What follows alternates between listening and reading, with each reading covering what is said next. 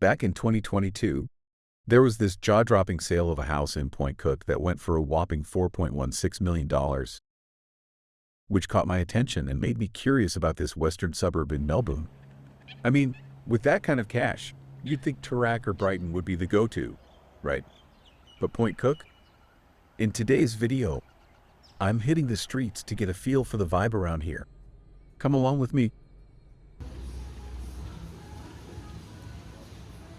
Starting with the town center, it's clear that it's designed with pedestrians in mind. Various measures are in place to slow down car traffic, making it safer and more enjoyable to walk around. What I love most is the layout of the commercial area. Unlike those new development estates that often come with big box shopping centers and huge car parks, Point Cook Town Center features many shops that open directly onto the street.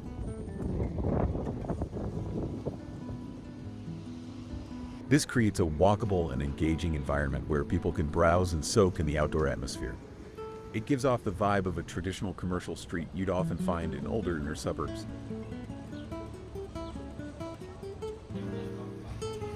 The area is clean and well-maintained.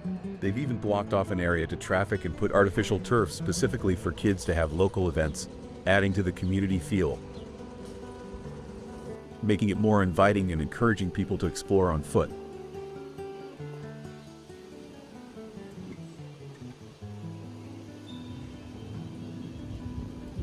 The community center and the town center houses a kindergarten and a lovely little public library. At the entrance, you'll find a well-categorized folder to assist in locating suitable services and activities. The notice board on the wall is filled with local events and opportunities. Overall, it gives me the impression of a family-friendly neighborhood and a vibrant multicultural community.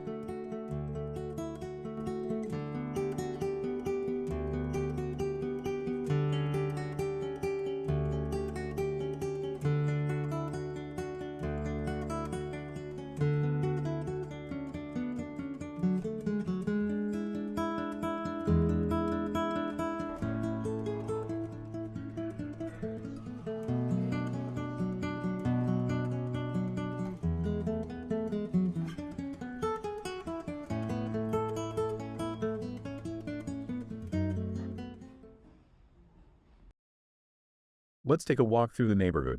The streets are generally clean, and I feel safe walking along them. Compared to older suburbs, front and backyards here are quite limited. Maybe developers tend to maximize land value by squeezing in as many houses as possible, which results in narrow public nature strips and closer proximity to neighbors. In many homes, the front yard gardens are either neglected or installed with low-maintenance artificial turf, leaving me curious as to why gardening doesn't seem to be a priority for residents in Point Cook.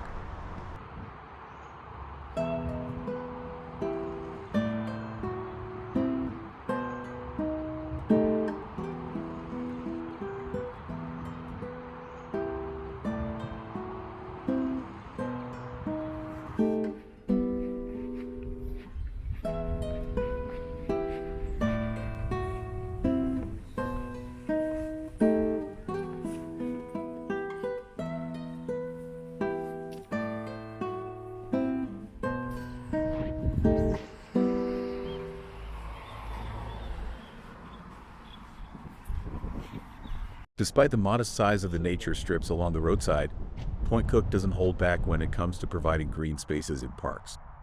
You'll find plenty of them scattered around, complete with playgrounds and sports facilities, making life convenient for locals. Take Upper Point Cook Playground.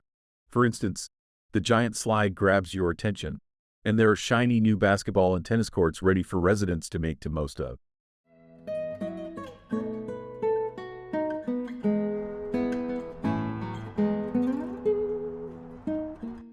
Hold on a sec, the suburb look nice, but they don't quite scream $4 million neighborhood. Well, here's the scoop. That jaw-dropping $4.16 million sale?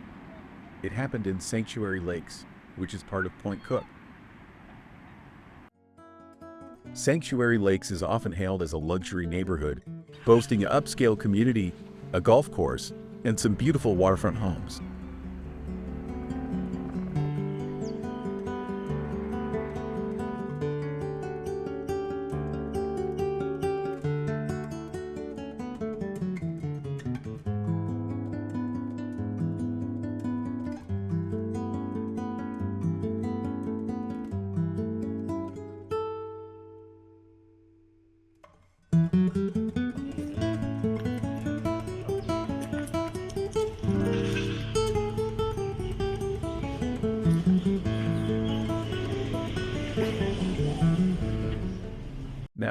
Let's chat about traffic.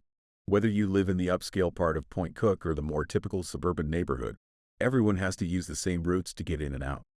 We're all familiar with the nightmare that is the Westgate Bridge traffic, and it's not much better within the suburb itself.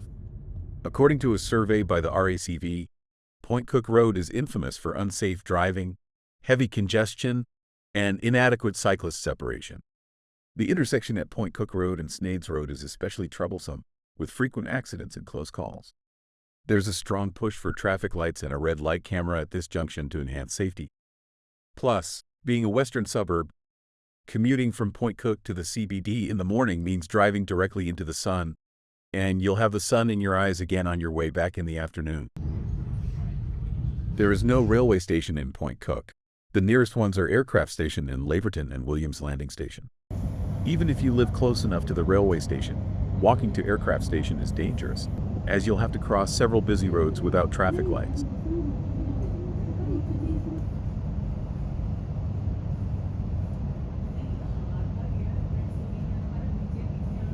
Walking to Williams Landing Station is slightly better, but it can take some time to navigate through the industrial area to get there.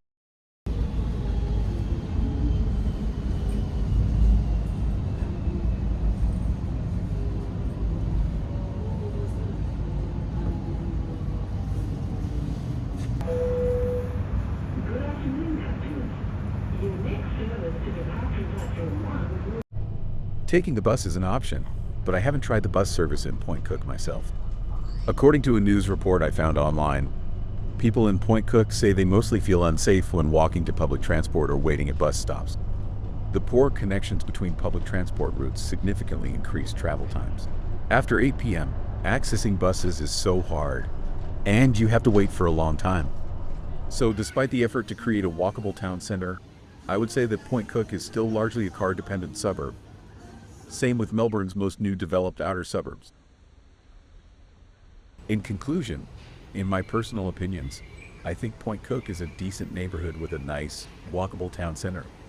I feel safe walking here, and the public recreational facilities are great, though it does lack a large recreational pool and a cinema. As the trees grow and provide better coverage, the area will become even more appealing. However, if you're considering a move here, traffic issues and the small land lot sizes are worth keeping in mind. What's your experience with Point Cook? Feel free to share your thoughts in the comments section. Thank you for watching.